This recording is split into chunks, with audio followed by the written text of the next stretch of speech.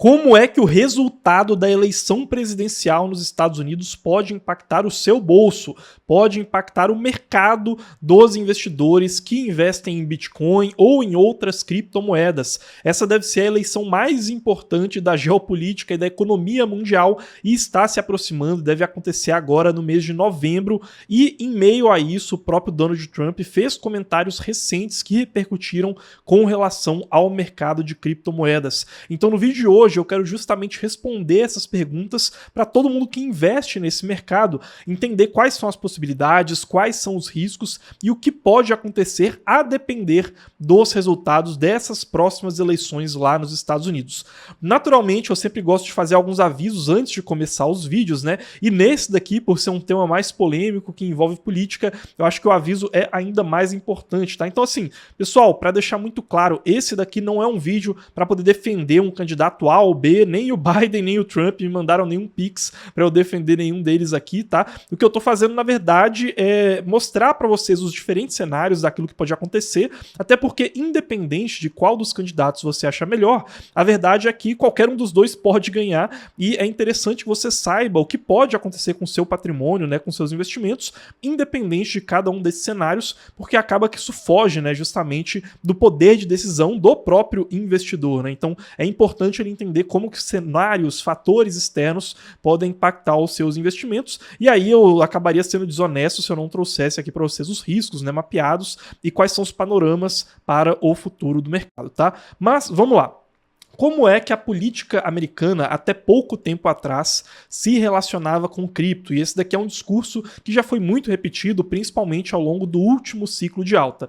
Era basicamente a gente entender que, olha, não existe diferença entre os partidos, né, o Partido Republicano e o Partido Democrata com relação a cripto lá nos Estados Unidos. Esse daqui é um discurso que ele sempre foi muito forte na comunidade de cripto, né, principalmente porque, ideologicamente, a comunidade de cripto sempre foi permeada por muitos libertários, anarcocapitalistas, que de maneira geral acabam não sendo pessoas que têm muita afeição por nenhum tipo de partido político, né? Então esse aqui sempre foi o discurso mais repetido. E de fato a gente vê pontos de convergência tanto no Partido Democrata quanto no Partido Republicano lá dos Estados Unidos com relação ao mercado de cripto, né? Pelo menos até o último ciclo de alta, isso daqui era uma questão que ficava muito clara. Só para citar alguns exemplos para vocês aqui, né, e não parecer algo só da boca para fora, a gente tem a própria questão da FTX, né? Então se eu mostrar aqui para vocês, por exemplo, o SBF, né, o CEO da FTX, ele era um grande doador para as campanhas do Partido Democrata lá nos Estados Unidos, e o próprio RFK, né, o Kennedy Jr., que era um dos candidatos, né, pré-candidatos do Partido Democrata lá nos Estados Unidos, e que ele também há algum tempo já vinha tendo uma postura mais positiva com relação ao mercado de cripto, né? Aqui são alguns exemplos que mostram um pouco dessa convergência, né? O próprio Kennedy Jr., ele hoje já não é mais um candidato lá do Partido Democrata, tá? Mas acho que ajuda a mostrar um pouco disso. E no Partido Republicano a gente também tinha alguns desses exemplos, né? Um dos que ficou muito conhecido é o Ted Cruz, que é um republicano, né? É um senador pelo Texas lá nos Estados Unidos, e ele já teve falas muito positivas também com relação ao Bitcoin, e o próprio Texas, né, que é um estado tradicionalmente republicano lá nos Estados Unidos, é um dos estados que mais concentra a mineração de Bitcoin lá em território americano. E justamente por esse motivo sempre ficou nessa neutralidade, como eu trouxe para vocês, meio que, olha, nenhum dos dois partidos parece apoiar muito cripto, e também, se for apoiar, também não vai ser algo tão importante, não vai ser uma pauta principal, e sempre ficou mais ou menos por volta disso, assim, sem ter uma preferência muito grande em relação ao mercado sobre qual seria, então, o melhor partido, o melhor candidato que poderia, por exemplo, provocar uma alta no mercado de cripto, alguma coisa nesse sentido, tá?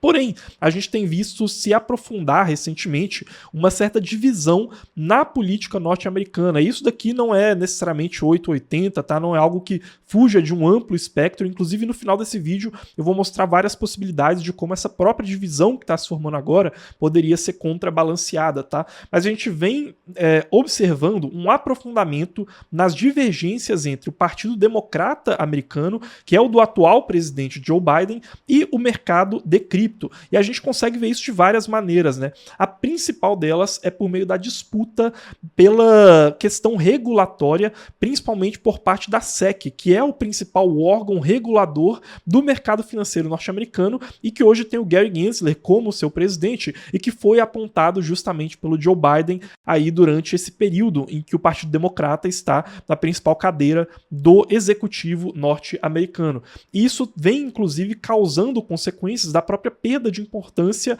dos próprios Estados Unidos. Aqui só para mostrar para vocês, né, esse daqui é o caso que ficou mais conhecido, que é de quando a SEC ela processou tanto a Binance quanto a Coinbase por supostamente estarem fazendo a venda de securities de maneira não autorizada, e aqui algumas criptos que foram apontadas nesses processos, né? Mas isso aí já é de amplo conhecimento do mercado, que a atual administração da SEC tem sido muito crítica com relação ao mercado de cripto, e como eu disse para vocês, né, ela foi apontada pelo próprio Joe Biden ali em relação a essa questão. E aí, como eu disse para vocês, a gente vê inclusive essa perda de importância dos Estados Unidos, né?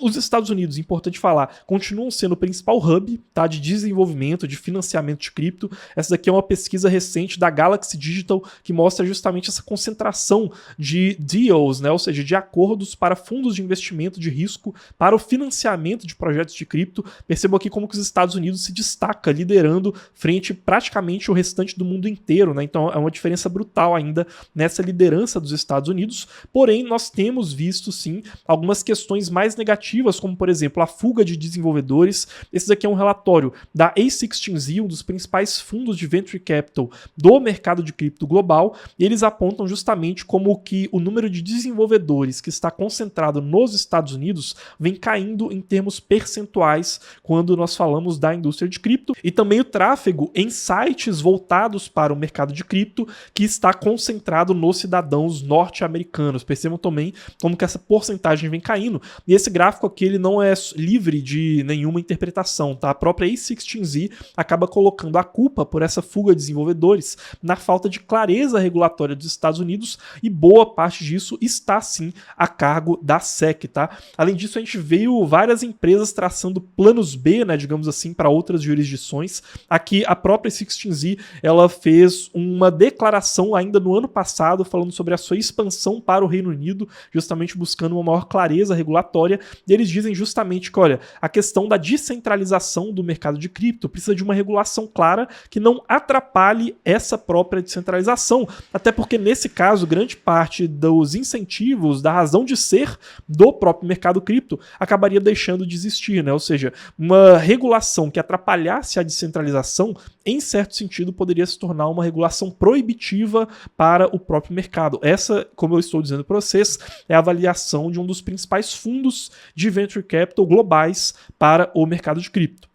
E apesar desse último exemplo que eu citei para vocês ter relação com o Reino Unido, a gente também tem visto uma grande formação de hubs alternativos, especialmente na Ásia, de empresas que estão fugindo dos Estados Unidos, ou então, no mínimo, colocando um pezinho em jurisdições mais amigáveis. Aí a gente pode citar, por exemplo, Dubai, pode citar Hong Kong também, que são centros que estão se formando na Ásia, atraindo boa parte desse capital que não se sente tão seguro assim estando nos Estados Unidos. A gente também tem a Elizabeth Warren, que é uma parlamentar lá dos Estados Unidos e que tem sido a líder em relação a propor projetos de leis que muitos dentro da indústria de cripto consideram projetos proibitivos, né? Então aqui a própria Elizabeth Warren, como estou mostrando para vocês, em uma dessas manchetes, né, ela voltando a atacar ali a indústria de cripto, né? Óbvio que ela fala de regulação, a gente sabe que uma parte dessa regulação acaba sendo uma dor de crescimento do mercado, né? Então acaba sendo importante para vários tipos de clientes que exista uma regulação para que eles se exponham ao mercado de cripto, porém, novamente, né, essa regulação, se ela se torna muito proibitiva,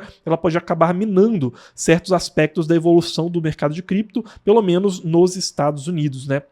E aí acaba que a Elizabeth Warren é uma política que faz parte do Partido Democrata e tem chamado muita atenção, né? É uma das lideranças do partido com relação às políticas e às propostas para o mercado de cripto. E aqui só para citar mais um exemplo, a gente tem o próprio lobby ambientalista do Joe Biden, que em determinado momento chegou a propor ali uma taxa de 30% na mineração de Bitcoin, justamente apontando ali que poderia ser um desperdício energético, né?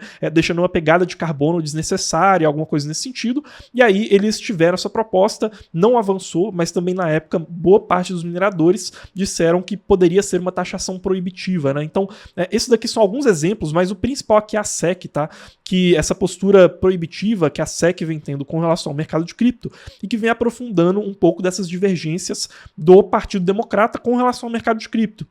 E isso é relativamente recente, tá, pessoal? É coisa que foi acontecendo mais ou menos de uns 3, 4 anos pra cá, porque até então não existia muito dessa diferença, até porque cripto não era algo tão relevante, né? O mercado acabou crescendo muito e as pessoas acabam agora formando opiniões com relação a esse mercado.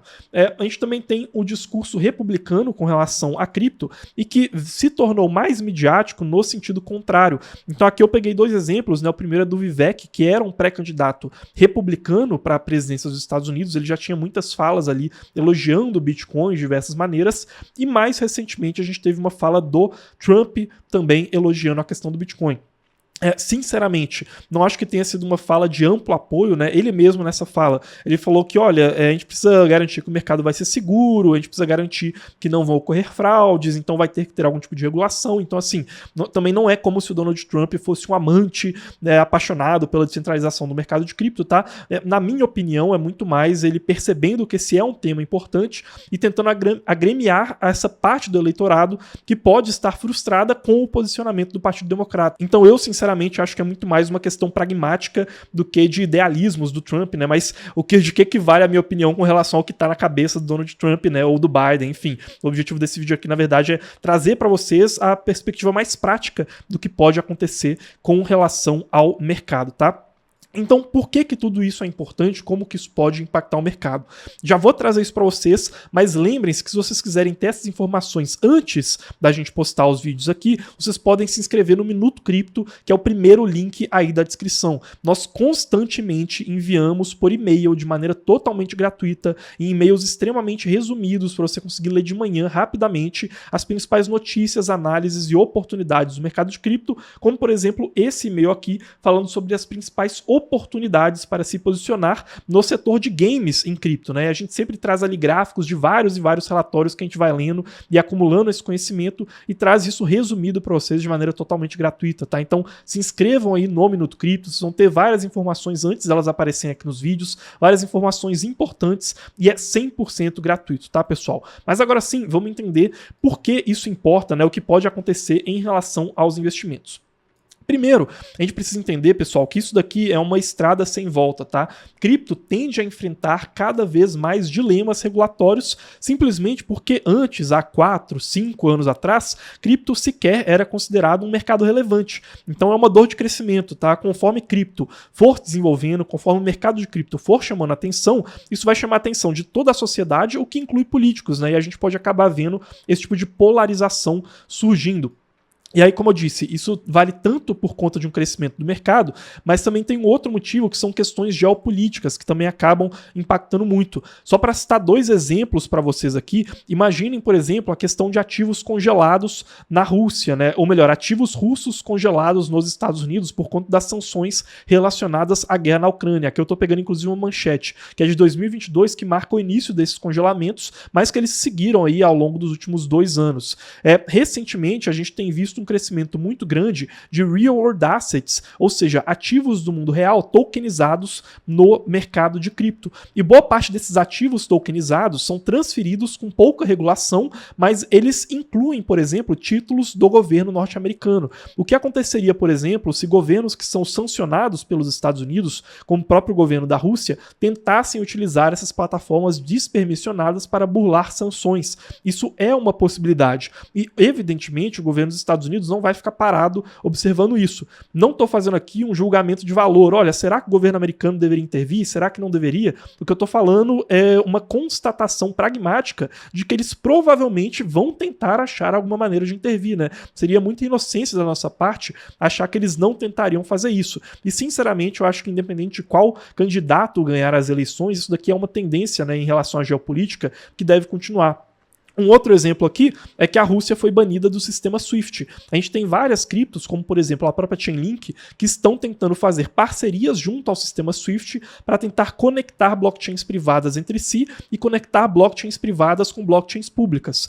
Hoje, a maior parte das blockchains públicas não passam por nenhum tipo de sanção de nenhum estado. Ou seja, estados como a Rússia ou como os Estados Unidos podem negociar, teoricamente, livremente, pelo menos em termos técnicos, né, e não em termos regulatórios, por meio desse aparato tecnológico, por meio das blockchains. Mas será que essas empresas, né, os donos dessas empresas não seriam sancionados ou então não receberiam intimações, por exemplo, aqui hipoteticamente falando, tá, pessoal? Mas vamos supor, os desenvolvedores da Chainlink serem sancionados ou então receberem uma carta de recomendação do governo norte-americano que eles só conseguiriam seguir fazendo parcerias com empresas como o Swift se eles também sancionassem determinados países. E isso também a gente poderia ver dos outros países do globo, né? Então a Rússia também fazendo isso com empresas internas, a China fazendo isso, mas obviamente os Estados Unidos acaba sendo mais relevante, porque como eu mostrei para vocês, eles são o país mais relevante com relação ao mercado de cripto, tá?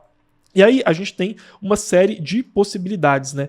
E aí, novamente, né, o capital para a realização desses investimentos também depende de segurança jurídica. Então, caso essa insegurança jurídica permaneça nos Estados Unidos, a gente poderia sim acabar vendo um desestímulo para esse tipo de investimento, ou então esse capital fugindo para outros países, tá? Mas quais são as possibilidades? Primeiro, o cenário ideal, e que eu não estou descartando ele, tá? Ele de fato é plausível, mas eu não sei se ele seria plausível sem a gente passar por turbulências no meio do caminho, tá? O cenário ideal, na nossa análise aqui, seria de uma política apartidária em que existisse liberdade para a indústria de cripto se desenvolver, ao mesmo tempo em que o Estado americano se preocupasse em reter esses talentos dentro do país. Por que eu digo aqui do Estado americano? Porque o ideal, pessoal, é que nós tivéssemos uma política tanto do Partido Republicano quanto do Partido Democrata que fossem permissivas com relação a cripto. Então aqui, sem fazer juízo de valor, tá? Eu, como um analista do mercado de cripto, se você está investindo, saiba que o melhor seria que os dois lados concordassem em não tomar medidas proibitivas, tá? Independente de qual deles você concorde, o seu bolso ele vai acabar sendo afetado por essa questão. Existem cartas de intenção que já foram publicadas nesse sentido, aprovadas pelo próprio governo dos Estados Unidos e que são um bom sinal porque elas mostram uma tentativa de criar um lobby apartidário, né? Então, recentemente, na verdade, ao final do ano passado, uma comissão lá do Congresso americano aprovou uma carta de intenções com relação ao mercado de cripto e lá nessa carta de intenções eles mostram justamente esse panorama quase de cripto como sendo um objeto de segurança nacional, né? Assim como outras tecnologias avançadas e que, portanto, o governo americano deveria trabalhar para manter a competitividade dos Estados Unidos. Esse tipo de carta de intenção já foi aprovada e é uma coisa muito positiva, né? Porque poderia mostrar para a gente um caminho em que ambos os partidos norte-americanos concordassem em não proibir questões relacionadas ao mercado de cripto, né? Ou não tomar legislações que na prática fossem proibitivas. Seria o melhor dos cenários. E também até uma questão para que vocês não se preocupem tanto, né? Por exemplo, se o Biden for reeleito, né, com relação ao que pode acontecer no mercado de cripto, é que dificilmente a gente veria uma área que é tão intrinsecamente relacionada à tecnologia e finanças, como é o mercado de cripto, não tendo alguma influência do Partido Democrata, tá? Isso se deve principalmente porque aquela região ali próxima a Nova York é muito pautada no Partido Democrata, né? Nova York é um grande estado democrata americano e Califórnia também é um grande estado democrata americano, só para citar dois exemplos muito relevantes. E esses são territórios, principalmente Nova York, que tem uma presença muito grande do mercado financeiro, e Califórnia é uma presença muito grande no Vale do Silício, das pessoas da área de tecnologia, né, os principais profissionais de tecnologia dos Estados Unidos, ou que também estão nas universidades americanas, e que dessas universidades também a gente sabe que existe uma predominância do Partido Democrata. Então, assim, dificilmente nós não veríamos algum tipo de lobby que fosse amigável com relação a cripto e que viesse de apoiadores do Partido Democrata. O maior exemplo disso é o próprio Larry Fink, que é CEO da BlackRock e que ele foi um dos grandes influenciadores para a aprovação de ETF de Bitcoin nos Estados Unidos, né? O Larry Fink, ele é um cara muito conhecido por apoiar o Partido Democrata e por apoiar, por exemplo, o Joe Biden no seu enfrentamento ao Donald Trump, né? Então, assim, eu só tô trazendo isso para vocês saberem que, olha, não é uma divisão 880, né? Não é algo que seja preto ou branco, né? Existe todo um espectro cinza aí nesse meio e um mar de possibilidades que pode acontecer. E o ideal, sinceramente, é que os estados eles competissem entre si por questões relacionadas ao desenvolvimento de cripto. Ou seja, que cripto trouxesse de fato um desenvolvimento econômico, tecnológico e que os próprios estados não fossem capazes de burlar isso, porque eles teriam que competir com outros estados que receberiam esse capital intelectual, né, esse capital financeiro também. Agora, o pior cenário, né? Será que a gente precisa se preocupar com isso? Olha, o nosso cenário base é que cripto se torne uma pauta apartidária conforme a sua importância e os seus benefícios crescerem. Então, no longo prazo, a política dificilmente vai conseguir barrar a tecnologia. A gente observou isso em vários momentos ao longo da história da humanidade, né? A grande questão é que pode ser que ao longo desse caminho isso se torne algo tortuoso, né? Então, pode ser que a gente tenha surpresas, né? Então, por exemplo, a Elizabeth Warren é uma pessoa do Partido Democrata que faz uma pressão contrária ao mercado de cripto. O Larry Fink é do Partido Democrata, né, embora ele não seja político, mas ele é um apoiador e faz uma pressão no sentido positivo. Então, assim, provavelmente ao longo dos próximos anos, cripto vai gerar um nível de prosperidade econômica, desenvolvimento tecnológico, de modo que ela não seja barrada por nenhum dos dois partidos. Porém, nós precisamos nos preocupar sim, né, ou pelo menos entender na visão de um investidor que esse caminho pode ser tortuoso, pode trazer volatilidade. O investidor ele precisa estar ciente que pautas políticas podem ocasionalmente movimentar os mercados, tá? Não é para vocês ficarem com medo, vou vender tudo dependendo do resultado das eleições, mas é estarem preparados porque, dependendo das pautas políticas que forem propostas, pode ser que ocorram movimentações. Isso não é mero achismo, tá? Isso já aconteceu.